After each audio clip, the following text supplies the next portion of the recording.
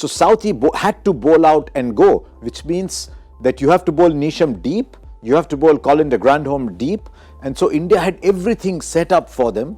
And disappointed with Shreyas Iyer. You might say 52 or 57, but great opportunity to come back 120 not out. Just take it deep, take it deep. When he was a kid, he's seen Dhoni take it deep. When he's started playing, he's seen Virat Kohli win games from there. So maybe early still is still a very young player as one-day internationals go. So I hope this learning stands him in very good stead. Also little perplexed by Jadeja's innings because he had to take it deep, which he did. But once it went deep, he just wasn't enough in strike.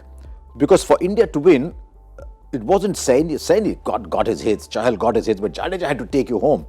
And in both partnerships, both with Saini and with Chahal, they faced many more balls than he did. So a little confused. I thought he left it till a little late. So maybe he doesn't have, maybe he can't finish in that explosive way because he had to hit 2 sixes in the end. It came down to there. Interesting point that Harsha makes, because when he was talking about Shreyas Iyer taking it deep, my first reaction was going to be like Jadeja did. Yeah. But when you think further into that aspect, right? He makes a great point, because both the partnerships, even the tiny partnership with Chahal, he should be like, it's me. You're just there to keep me company. Chat with me.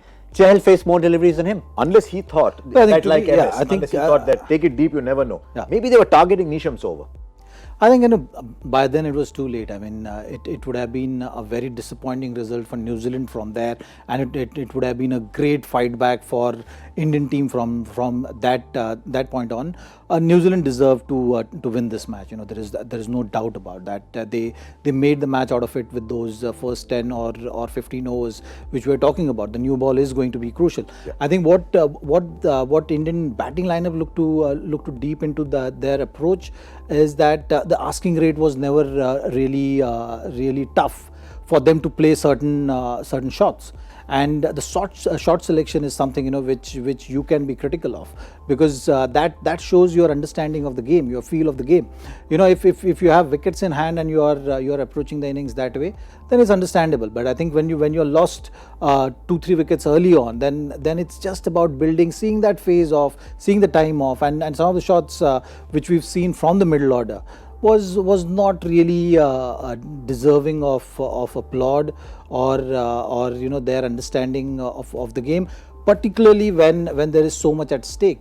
It was a good wicket to bat on. I think, you know, one thing which comes out of this game is that it was a good wicket to bat on.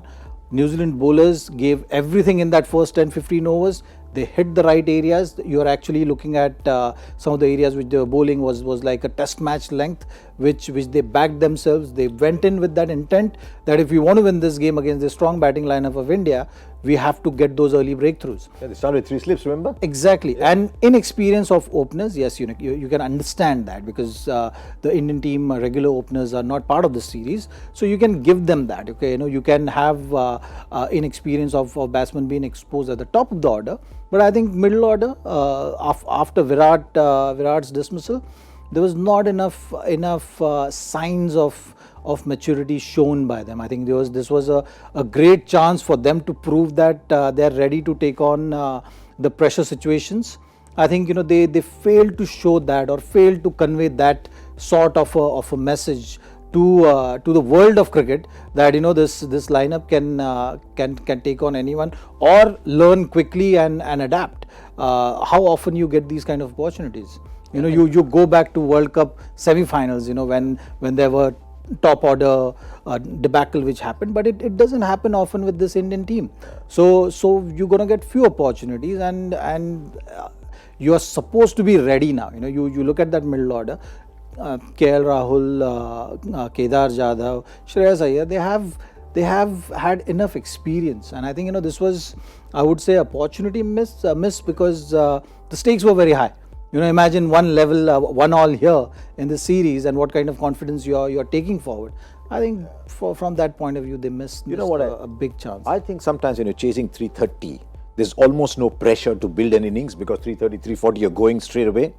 Someone like Kedar Jadhav, for example, often comes in with 20 balls left, so maybe his whole mindset is is like that. But when you're chasing 270, you build an innings. Dhoni was the master of a 270 game, for example. Virat became the master of a 300 run chase. So there you have to build an innings and understand and say, okay, when do I go? What do I do? Where do I pace my innings? And that is why I'm disappointed. It's a great chance for 3 batsmen to anchor an excellent run chase and tell Virat Kohli, doesn't matter, one day in a run chase you get out, we'll still pace it from here.